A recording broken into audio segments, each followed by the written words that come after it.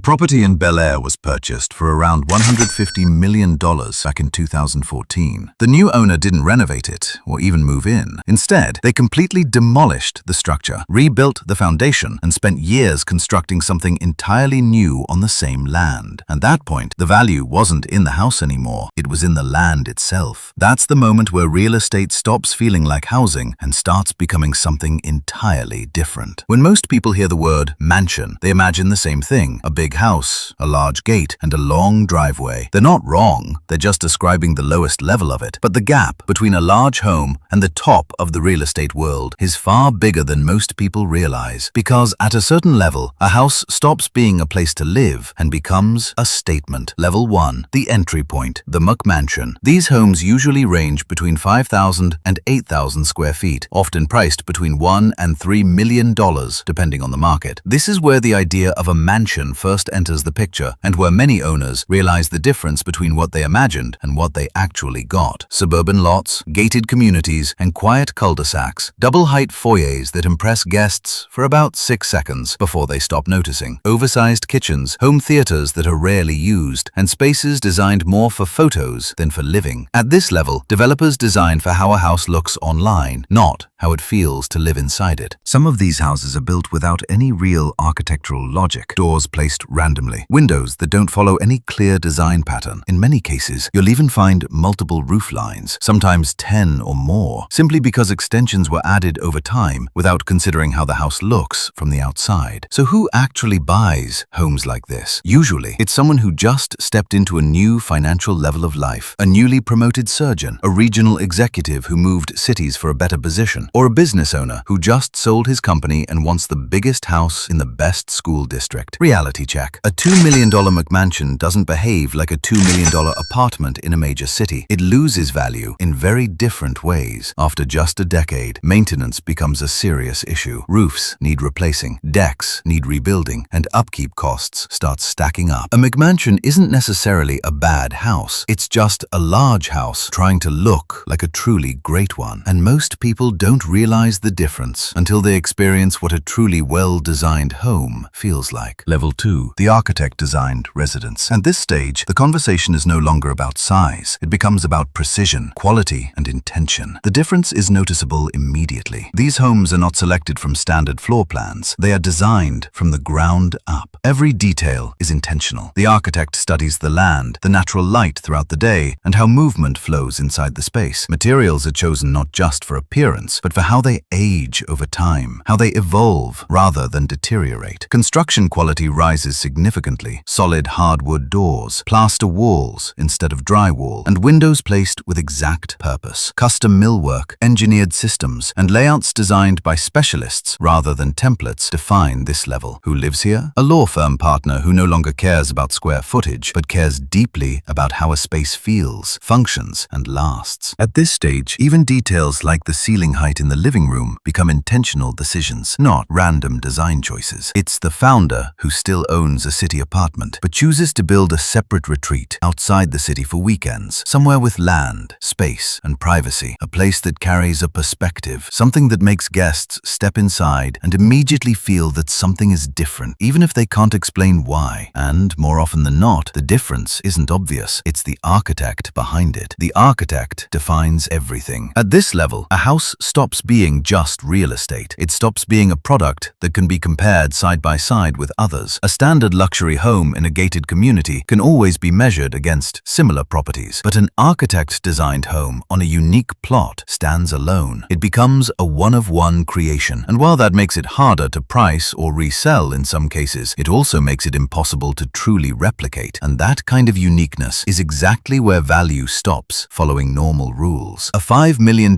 architect-designed home doesn't behave like a typical luxury property. It holds its value, and in many cases, it grows. Because the land is unique, the design is unique, and the type of buyer who understands it is rare, but willing to pay for something that cannot be duplicated. Level 3, the estate. At this stage, homes are no longer just houses. They become private compounds, stretching anywhere from 10,000 to 25,000 square feet, often valued between $10 to $30 million.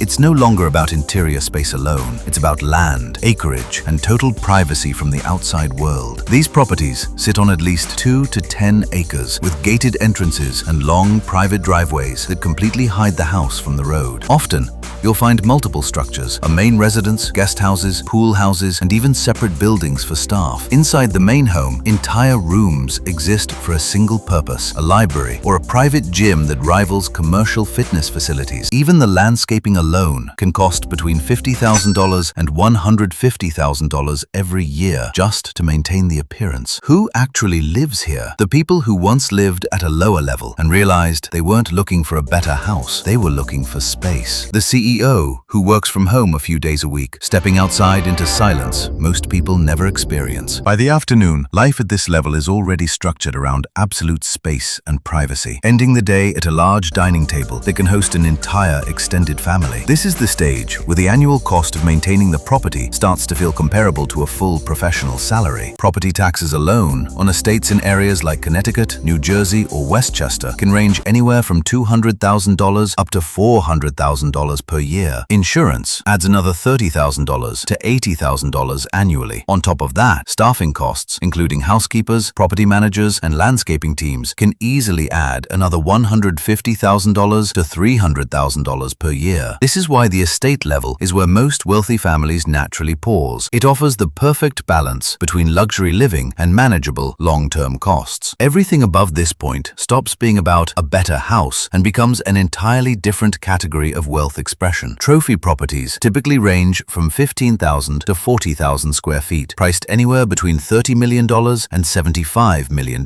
At this level, real estate is no longer about shelter. It becomes a public statement of identity and status. These homes don't exist in expensive neighborhoods. They create those neighborhoods around themselves. Sometimes, the land alone, without any structure, is worth $10 to $30 million because the value lies in what could be built, not what already exists. At this level, provenance becomes everything. Who designed it, who built it, and who lived there before. A home designed by architects like Richard Meyer, Tadao Ando, or John Lautner doesn't simply increase in value, it compounds through legacy and reputation. At this level, the question is no longer who owns the property, but what kind of identity the property represents. It belongs to entertainment executives whose homes function as fully operational venues. Every room is designed to host large-scale events with hundreds of guests, while still feeling warm and personal during quiet family moments. Then there are tech billionaires who built everything from the ground up, investing millions into land, design, and construction alone. Materials are sourced with extreme precision. Stone imported from specific regions, wood reclaimed from unique origins, and glass custom fabricated for exact specifications. Lighting designers work with dedicated teams, and construction often takes several years, sometimes never truly finishing due to constant redesigns. At this level, even a single design change during construction can cost anywhere from $500,000 to several $1 million.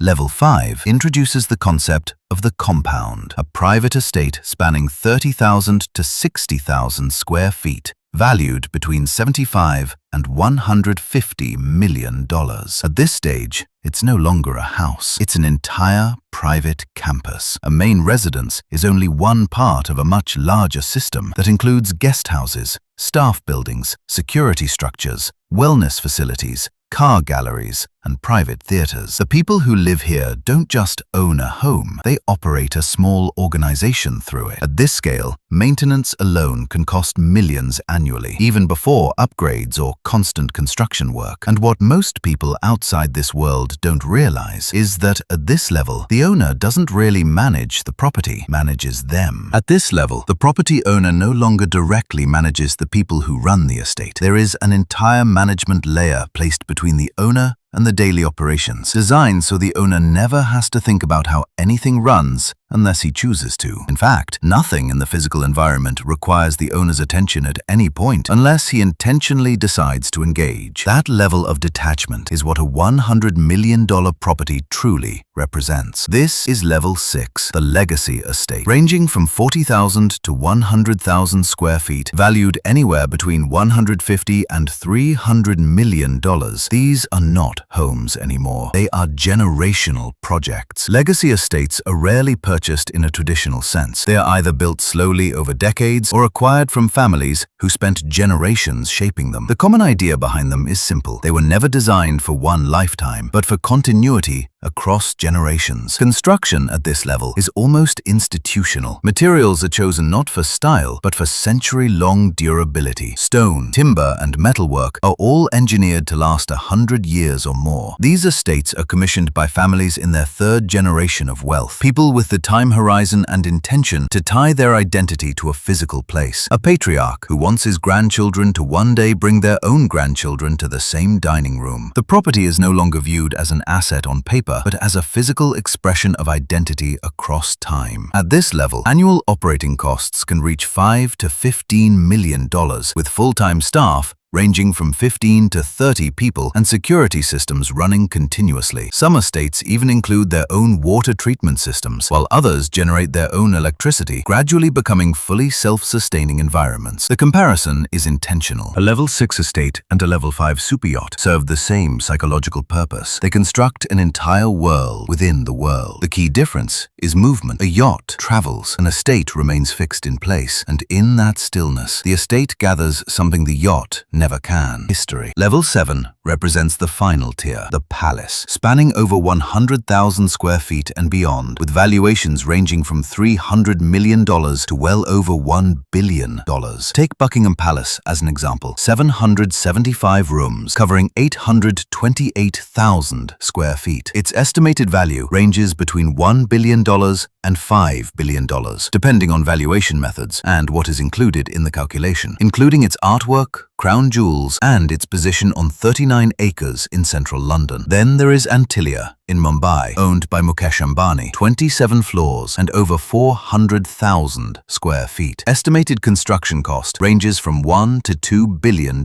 It employs over 600 full-time staff, includes 3 helipads, and even a private cinema that seats 50 people. The building even requires its own dedicated power plant to operate. Its running costs are not publicly disclosed, but are estimated to reach tens of millions annually. Antilia is not simply a house, it is a vertical estate, a private skyscraper in one of the most densely populated cities on Earth. These properties are never listed publicly. They are not sold through real estate markets or traditional brokers. They change hands privately through negotiations, family trusts, or sovereign-level transfers. The owner of a level 7 residence does not simply live in a house. They preside over something far larger, a legacy that just happens to have a physical address. Real estate originally began with a simple purpose: shelter, safety, and a place to build a family. But somewhere between the multi-million-dollar estates and billion-dollar compounds, the meaning quietly changed. At the lowest level and at the highest level, people are still doing the same thing, building a boundary between their world and everyone else's. One does it with a locked gate and a doorbell camera. The other does it with hundreds of staff members, private facilities, and entire environments built for isolation. Every industry sells a product, but at the highest level, real estate sells something deeper: control over the physical world itself. A jet disappears the moment you land. A yacht leaves when the season ends, but a house stays. It holds memories, the marks of your children growing up, the kitchen where families gather, and the light that returns to the same place every single morning. Because in the end, the house was never the point. Permanence was.